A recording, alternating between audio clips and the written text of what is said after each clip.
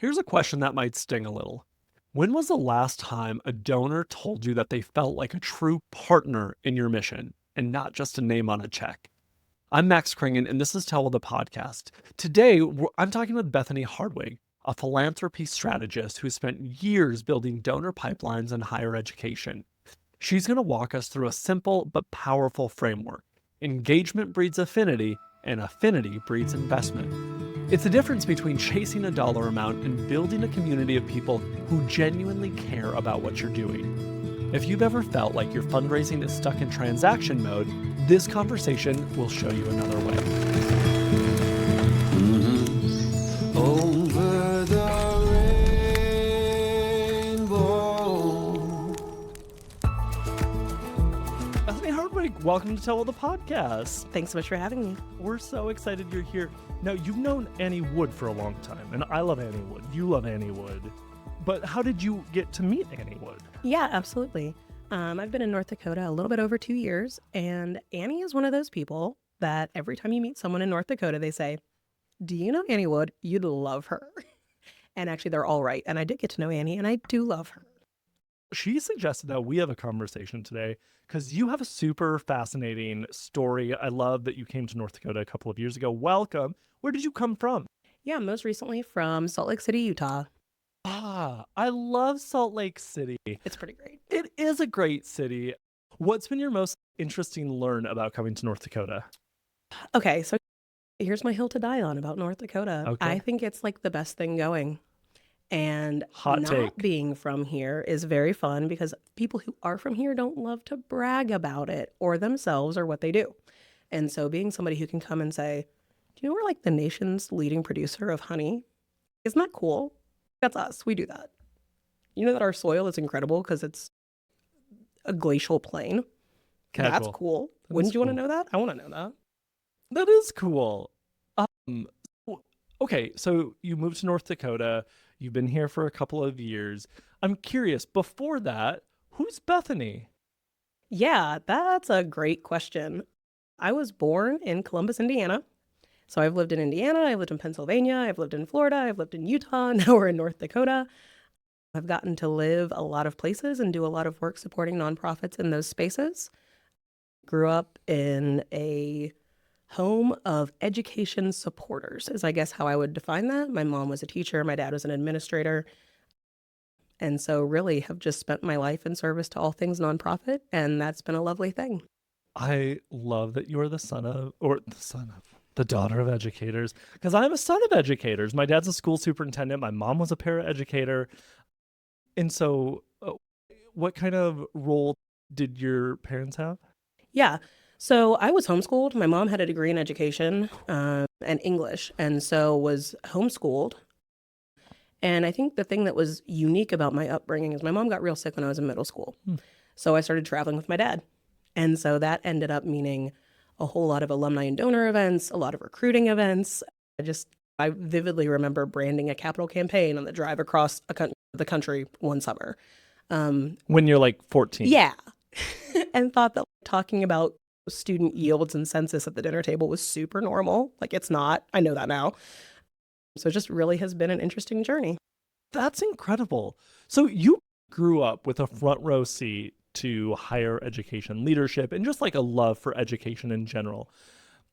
I'm curious if you have a story from those early days that maybe shaped how you think about connection and belonging, even in your work today. Absolutely. And like really so much of these stories are going to center around my dad. But I think my dad grew up on a farm in Winchester, Kansas. And that man cannot sell anything unless he absolutely believes in it. And so having a front row seat to watching him do something he believes in so much that he could walk up to anybody and have any conversation with them, whether that was asking them for money, telling them they should come to school here, telling them they should move across the country for this job opportunity he had, he didn't bat an eye because he believed that it was the right thing. And so I'm so grateful for kind of that perspective of the work that I get to do. And then I think the second story would really just be, you have to say it. You have to make the ask and you have to just lean in. And he was incredibly good at that. And again, whether that was, I need $6 million for this campaign, or I really think that your career is taking this role here. I think you should enroll It was never salesy Yeah. because he wasn't trying to make a sale. He really wanted your life to be better. Yeah. And I can get on board with that. I love that, and that idea of belief. When you believe in something, you don't have to sell it, right? You just get to share it, and you get to share the story, and you get to invite somebody in. And a lot of folks in nonprofits and higher education really struggle with making big fundraising goals feel personal, right? And so I'm curious, from your experience, what's one way that maybe you've seen a story turn from something abstract into something people can actually feel a part of? Yeah, I think that giving access to feeling a part of something is so much what we're searching for. How do you allow people to feel close to something and involved in something? Because I think it's that feeling that creates momentum or buy-in or drive or belief. When I was at the University of Utah, we actually launched in our Office of Alumni Relations, we launched a housing program. It's incredibly expensive to live in Salt Lake City, Utah. The University of Utah was historically a commuter campus, 5,000 beds, student population of like 30,000 students. And so we ended up having all of these alums and people at community events saying, how do we help with this problem the university is facing? How do we help with this problem the university is facing? And I sat back and said, these are people who care deeply about the institution. They care deeply about our student body. How do we help them feel like they're being involved in the things our president, our administrators are saying, this is the need we have? So we ended up launching a housing program that allowed faculty, staff, and alums to safely house students in their home for a small stipend per semester. And the amount, like, we had way more interested hosts than we had students who were looking for housing. But what we saw in those relationships was a more engaged alum and a more cared for student. And so we ended up having about 17 students participate in that program, but those 34 connections were absolutely transformative for both the student and the host. And the host had this perception of what was happening on campus, what students were going through or dealing with, or what life on campus was like now in contrast when they were there 20, 40 years ago. And it's just one of those things that, like, I think when people raise their hand, we need to take them seriously. I love that they're invested in it. They're reinvested in it. And so, not to make this all about money, but like when you go back for an ask, it doesn't feel just like an ask. Right. It feels like an invitation. Hey, I'm just continuing to invest in this thing that I've already put my time and my heart and my love into. And we ended up having hosts saying, I'm not doing this for the small stipend you're giving me. Right. How can I get this back to the student? How can I get this back to the university?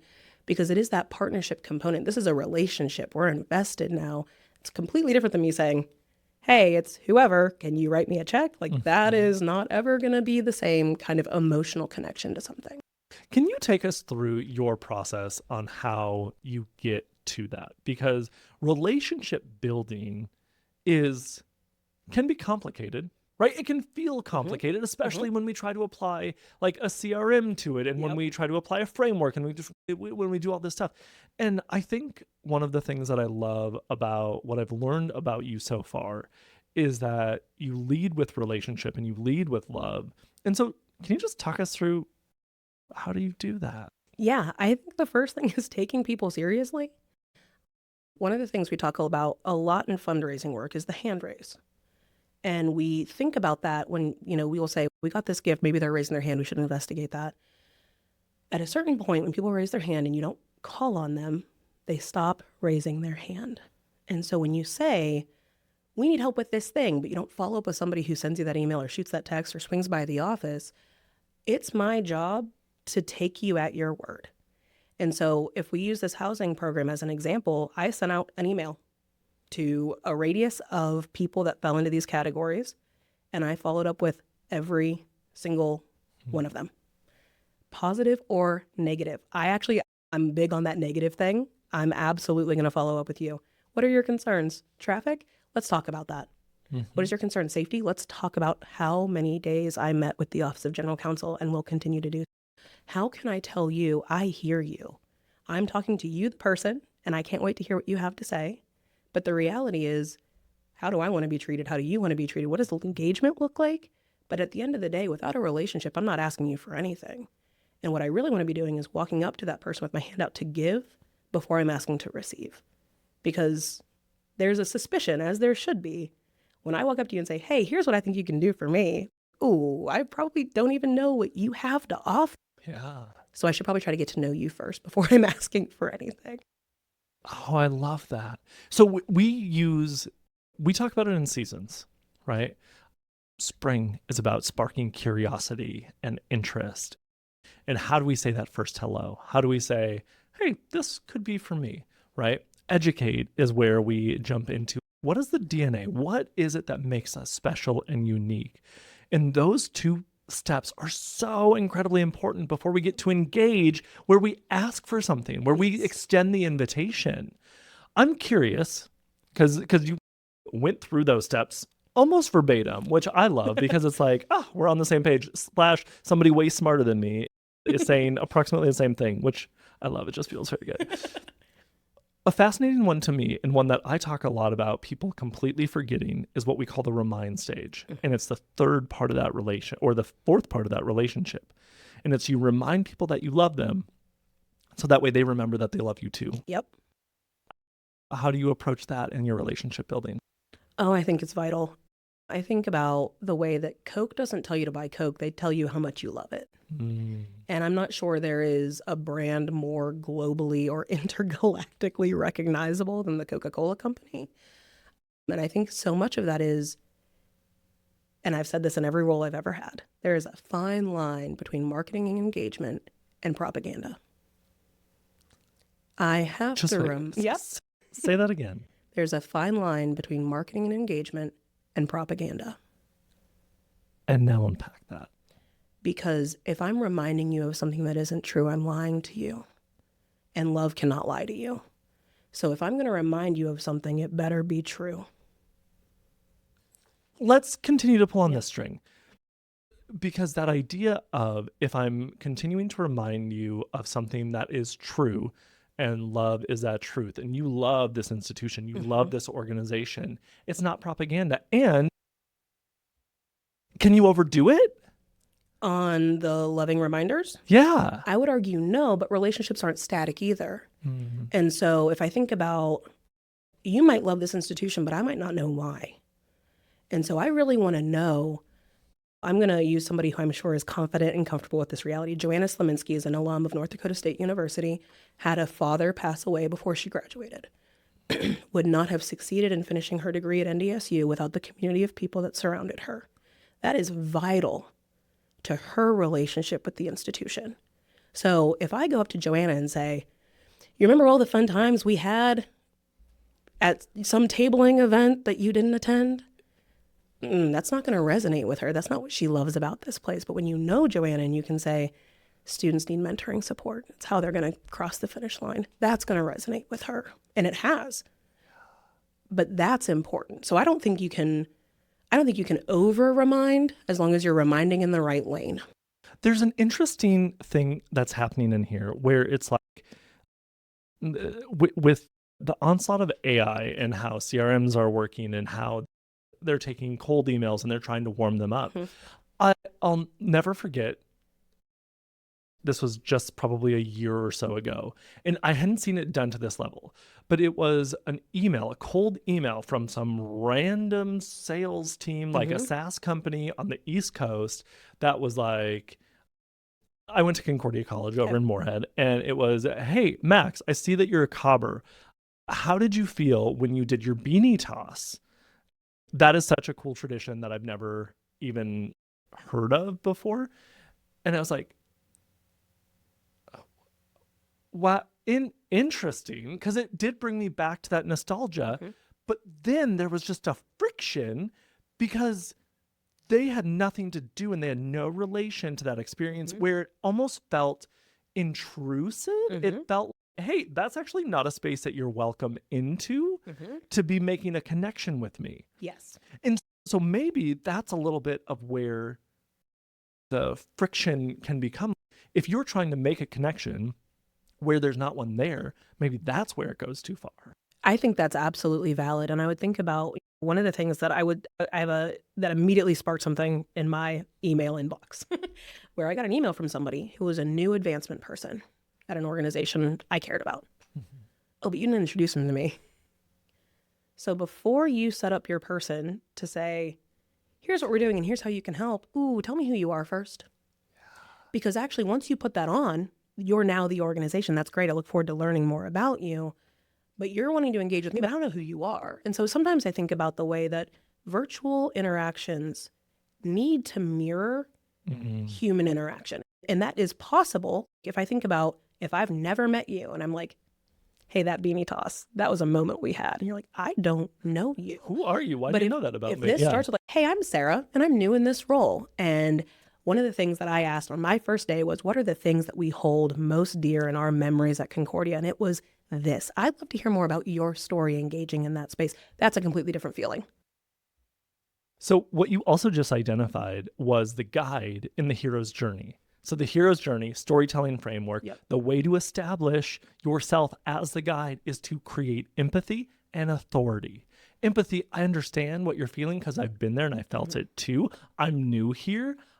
I had to ask about the traditions, but my authority is I'm here now and I'm going to be in your relationship to a place that you really love. And so I want to fall in love with you too. Yeah. That is like almost verbatim. Also, I'm spitting so much. I don't know what is happening. Just so excited. I know that I need to slow down when I'm talking when I get really excited too. So incredible though. I love where this is going. And I'm curious. We've talked about what that establishing of the relationship is. And you've worked at several universities and they often focus on high dollar givers. But you've been vocal about building a pipeline of donors at every level. And so I'm curious, what does it mean to you to, or maybe what does it look like to tell stories that make everyone feel like their gift actually matters? Yeah, I think there's a couple of things I'd like to talk about in that space. So I'm inevitably going to get scattered and we're just going to have to deal with that. So I think about one of the things that I talk about that I think is so important for institutions of any size, scale, or scope is that there's an algorithm I utilize in every space that I'm in. Your engagement breeds affinity, and your affinity breeds investment, time, talent, treasure. But I actually don't have to worry about the investment part. People put all of their emphasis on an investment. And what you're doing is actually telling everybody, can you give it this threshold? No, then you probably can't really play here. But if I provide you opportunities to engage, your affinity will grow. And as your affinity grows, you will know more about the needs of this campus. I'm going to go back to that housing situation. If you have a student in your home and they're talking about public transportation, parking availability, how much textbooks cost, how many students are in their class with the support they're getting from a teacher or a TA or the administration as a whole, what was their academic advisor like, how are their needs being met on campus, your care for those things will grow. And as your care grows, your investment will too. And so I think we often rush into this space really focused on this investment, which is one of the cheapest ways to look at people. And I think it's the other thing that makes that feel like propaganda. If I'm only looking at you with dollar signs, we all know, we can feel it. Like you're looking at me, but you're looking at me and waiting to find out what I can give you that is valuable and if I'm worth your time. And in that assessment, we've lost the relationship. Such sage advice. And like, what I love about it is that you're not just talking theoretical. Like you've done this. Yes. You've put this into place. Yes. How do you train people into it? Oh, you got to teach love. And I love having this conversation because I'm not serving at the institution where my undergraduate degree is from or my whole family went. And that institution exists. That's where my undergrad is from. But I left Western Pennsylvania. And so I believe deeply when you go to a new place, you got to put it on. If I'm going to convince you I love being here, I really need to love being here because if I only love it between the hours of 9 to 5, it's going to show. And so I love the soil in North Dakota. I love the wind. I love the winter. I love ag tech and precision agriculture. I love it here. You have to love it too, because that's the common ground we get to work in. But if you aren't going to show up and love this place, it's people will never believe that you care. You have to love the place that you are, or nobody will believe that you care. Yes. Yeah. Right? And I think that's an interesting and a challenging thing about, I think, a lot of the folks who might be listening, nonprofit executive directors, folks in higher education, in the admissions and the marketing and the fundraising space. They have jobs to do. And what I think we sometimes forget about is that you chose that place and that place chose you for a reason.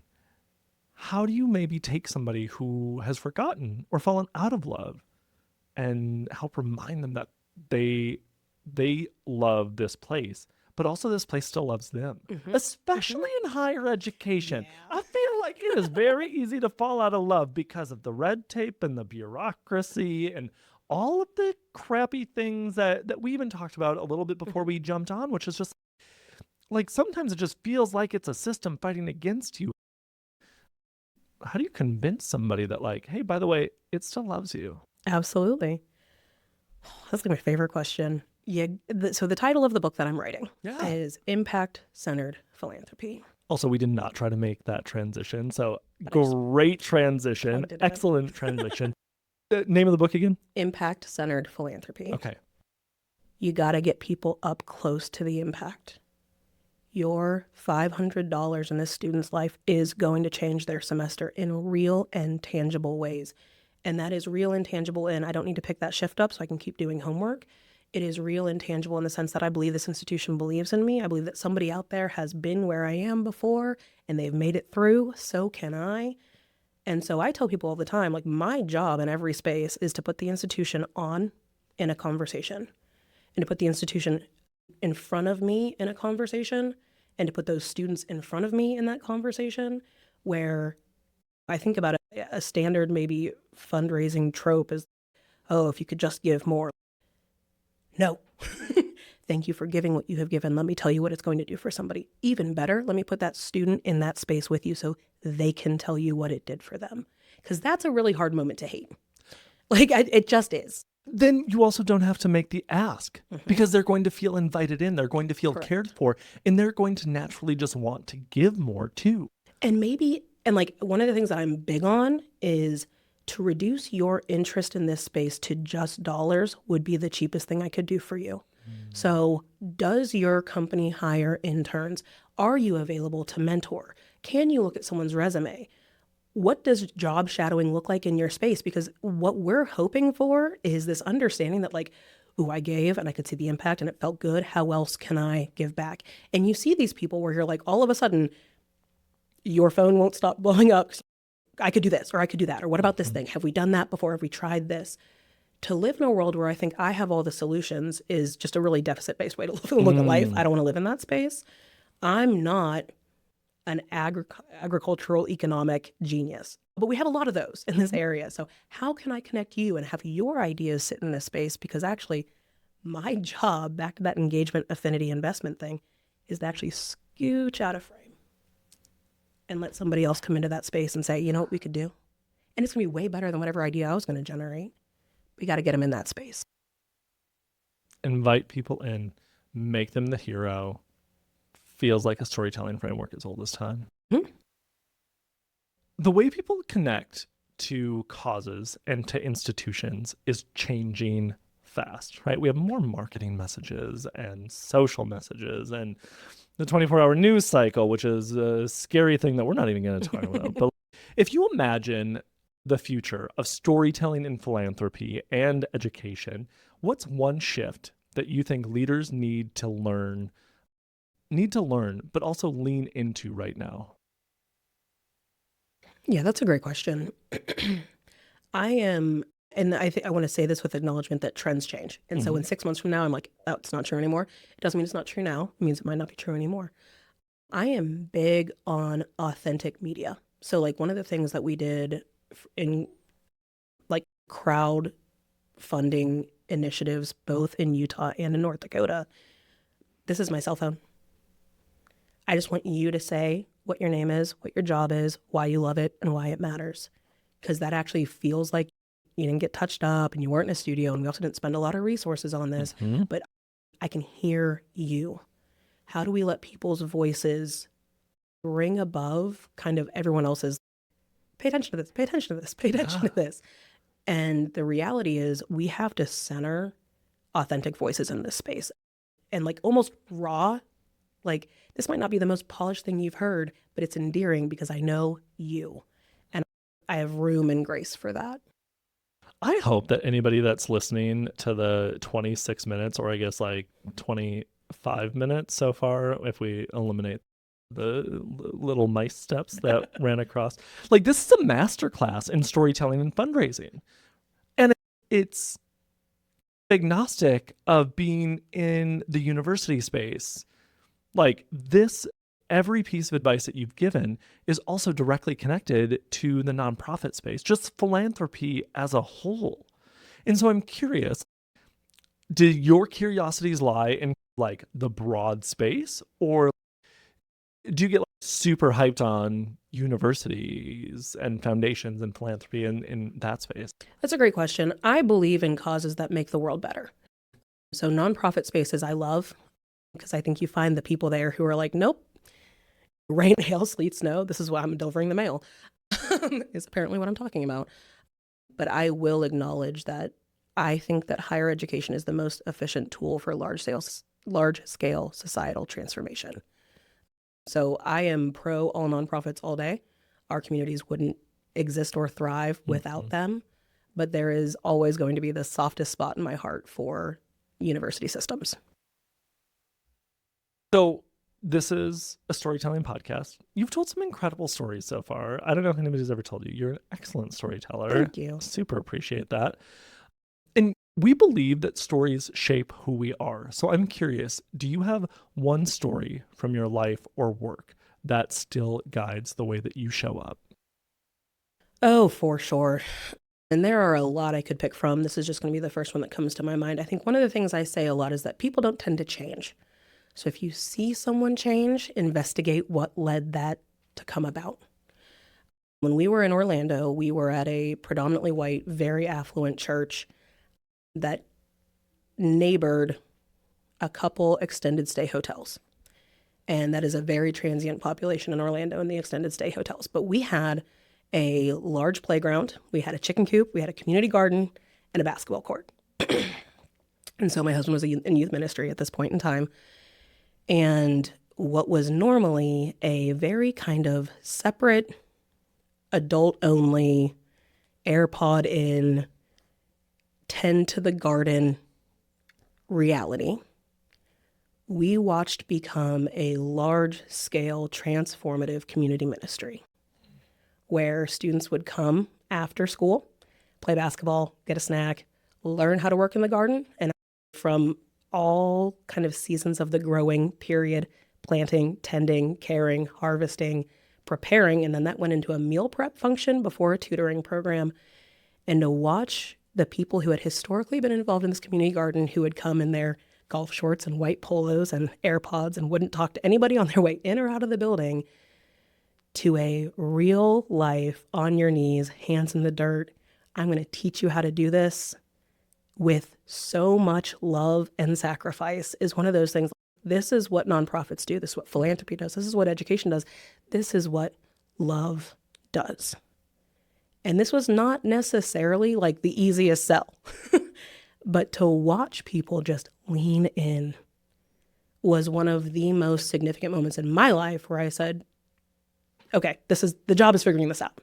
Because if people can see this happen here, this can be you too. Whatever space you're in, whatever space you care about, whatever group of people you want to see brought closer to your mission, you just got to talk about love. You got to get comfortable talking about the concept of love, and love is messy. And so are gardens, and that would be my story. Incredible. Our final question is one of my favorites, but what is one simple good thing that you want to leave people with? This could be a piece of wisdom. It could be a quote, a reminder that maybe helps them lead with purpose. Yeah, I think about like just this reminder that we are connected in ways that we don't always see or understand. And so if you are struggling in your philanthropic pursuits, if you're struggling in your leadership spaces, if you're struggling at home or at work or in school or community, my encouragement is to look up, because there are so many things happening that are good, even despite the hard, and I'm not going to ignore or even name the hard things happening in our world around us. You will know what they are. Look up. Bethany Hardwig, thank you so much for joining us. If people want to connect with you, where do they connect with you? Yeah, I am launching a new firm called Signal and Story. I'll be launching What a great name, by the way. Thank you. We'll be launched at signalandstory.studio, and it's Bethany at signalandstory.studio. Would love to chat. Awesome. Bethany, thanks for joining us on Tell Well the Podcast. Thanks for showing up in all of the ways that you do. And thanks, most of all, for showing up in love. I appreciate you. Thanks for having me. Thanks for spending some time with us today. I hope this conversation gave you something useful to take back to your work. If you're looking for more resources on storytelling, strategy, and building communications that actually move people to action, head on over to WeTellWell.com. We've got guides, case stories, and plenty of ways to dig deeper. And if you're at a point where you're ready to get serious about clarifying your message or telling your story in a bigger way, let's talk. You can book a planning call with our team right on the website. We'd love to hear what you're working on. One last thing. If this episode was helpful, share it with someone on your team or leave us a review. It really does help other mission-driven folks find the show. I'm Max Kringen. Thanks for listening to Tell Well the Podcast. Now go tell your story well, because a well-told story can move your mission forward and change the world.